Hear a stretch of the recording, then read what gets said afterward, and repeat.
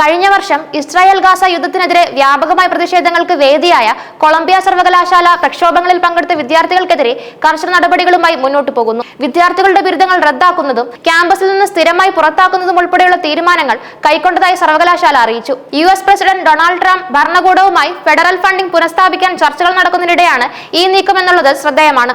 എത്ര വിദ്യാർത്ഥികൾക്കെതിരെയാണ് നടപടിയെന്ന് സർവകലാശാല ഔദ്യോഗികമായി വ്യക്തമാക്കിയിട്ടില്ലെങ്കിലും 80 വിദ്യാർത്ഥികളെയാണ് ലക്ഷ്യമിട്ടതെന്ന് വിദ്യാർത്ഥി സംഘടനകൾ ആരോപിക്കുന്നു. കഴിഞ്ഞ വർഷത്തെ വിദ്യാർത്ഥി പ്രക്ഷോഭങ്ങളുടെ പ്രധാന കേന്ദ്രമായിരുന്നു കൊളംബിയ യൂണിവേഴ്സിറ്റി.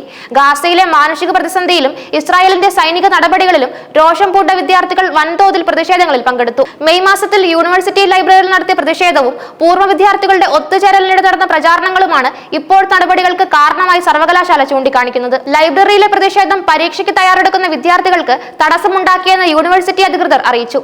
സാമ്പത്തിക സമ്മർദ്ദവും രാഷ്ട്രീയ സ്വാധീനവും കൊളംബിയ യൂണിവേഴ്സിറ്റിയുടെ ഈ നീക്കങ്ങൾ ട്രംപ് ഭരണകൂടം വെട്ടിക്കുറച്ച $400 മില്യൺ ഫെഡറൽ ഫണ്ട് തിരിച്ചെടുക്കാനുള്ള ചർച്ചകൾക്കിടയിലാണ് വരുന്നത്.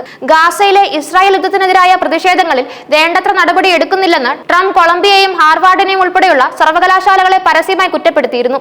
ഈ പ്രക്ഷോഭങ്ങളിൽ വ്യാപകമായ ജൂതവിരുദ്ധത ആരോപിച്ച് പ്രതിഷേധക്കാർക്കെതിരെ കർശന നടപടിയെടുക്കാൻ ട്രംപിന്റെ കടുത്ത സമ്മർദ്ദം ഉണ്ടായിരുന്നതായും റിപ്പോർട്ടുകൾ സൂചിപ്പിക്കുന്നു. ട്രംപ് ഭരണകൂടത്തിന്റെ ഈ സാമ്പത്തിക സമ്മർദ്ദം കൊളംബിയ ഉൾപ്പെടെയുള്ള പ്രമുഖ സർവകലാശാലകളെ പ്രതിസന്ധിയിലാക്കിയിട്ടുണ്ട്. ഫണ്ട് വെട്ടിക്കുറച്ചതിനെതിരെ ഹാർവാർഡ് കോടതിയെ സമീപിച്ചപ്പോൾ കൊളംബിയ ഫണ്ട് ചർച്ചകളുടെ ഭാഗമായി ചില നയപരമായ മാറ്റങ്ങൾ വരുത്താൻ സമ്മതിച്ചിട്ടുണ്ട്.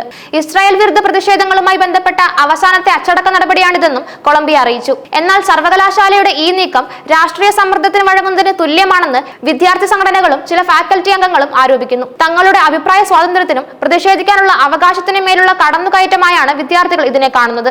അമേരിക്കൻ ഐക്യനാടുകളിലെ ക്യാമ്പസ് പ്രതിഷേധങ്ങളുടെ ചരിത്രത്തിൽ കൊളംബിയ യൂണിവേഴ്സിറ്റിക്ക് ഒരു പ്രത്യേക സ്ഥാനമുണ്ട്. വിയറ്റ്നാം യുദ്ധത്തിനെതിരായ പ്രതിഷേധങ്ങൾ മുതൽ വംശീയ വിവേചനത്തിനെതിരായ പ്രക്ഷോഭങ്ങൾ വരെ കൊളംബിയയിലെ വിദ്യാർത്ഥികൾക്ക് സജീവമായ പങ്കാളിത്തമുണ്ടായിരുന്നു. ഗാസയിലെ യുദ്ധം പൊട്ടിപ്പുറപ്പെട്ടപ്പോൾ ലോകമെമ്പാടുമുള്ള സർവകലാശാല ക്യാമ്പസുകളിൽ, പ്രത്യേകിച്ച് അമേരിക്കയിൽ, ഇസ്രായേൽ വിരുദ്ധ പ്രതിഷേധങ്ങൾ ശക്തമായിരുന്നു. കൊളംബിയ യൂണിവേഴ്സിറ്റി ഈ പ്രതിഷേധങ്ങളുടെ പ്രഭവ കേന്ദ്രമായി മാറി. വിദ്യാർത്ഥികൾ ടെന്റുകൾ കെട്ടി പ്രതിഷേധിക്കുകയും ലൈബ്രറികൾ ഉൾപ്പെടെയുള്ള സർവകലാശാല കെട്ടിടങ്ങൾ കൈകേറുകയും ചെയ്തു.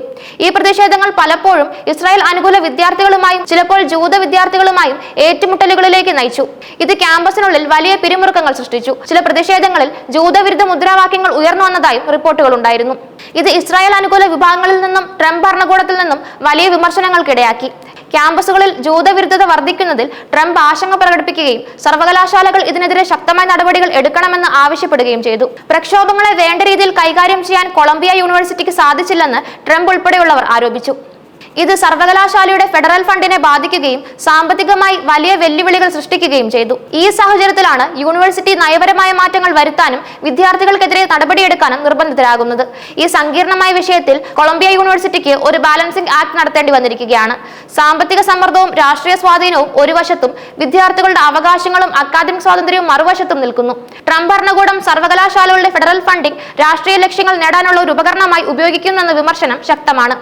ഇസ്രായേൽ വിരുദ്ധ പ്രതിഷേധങ്ങളെ നേരിടുന്നതിൽ സർവകലാശാലകൾ പരാജയപ്പെട്ടു എന്നാരോപിച്ച് ഫണ്ട് വെട്ടിക്കുറച്ചത് ഈ നയത്തിന്റെ ഭാഗമായാണ്. ഇത് സർവകലാശാലകളുടെ അക്കാദമിക് സ്വാതന്ത്ര്യത്തെയും സ്വയംഭരണത്തെയും ചോദ്യം ചെയ്യുന്നു.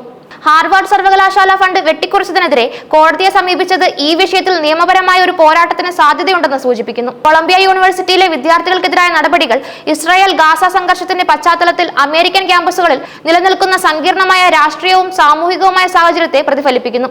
സാമ്പത്തിക സമ്മർദ്ദങ്ങൾ, രാഷ്ട്രീയ സ്വാധീനം, അഭിപ്രായ സ്വാതന്ത്ര്യം, വിദ്വേഷ പ്രസംഗങ്ങളുടെ നിർവചനം എന്നിവയെല്ലാം ഒരുപോലെ ഈ വിഷയത്തിൽ ഉൾപ്പെടുന്നു. ബിരുദങ്ങൾ റദ്ദാക്കുന്നതും പുറത്താക്കുന്നതും പോലുള്ള കർശന നടപടികൾ വിദ്യാർത്ഥി സമൂഹത്തിൽ വലിയ പ്രത്യാഘാതങ്ങൾ ഉണ്ടാക്കും. ഈ തീരുമാനങ്ങൾ നിയമപരമായും ധാർമ്മികമായും ചോദ്യം ചെയ്യപ്പെട്ടേക്കാം.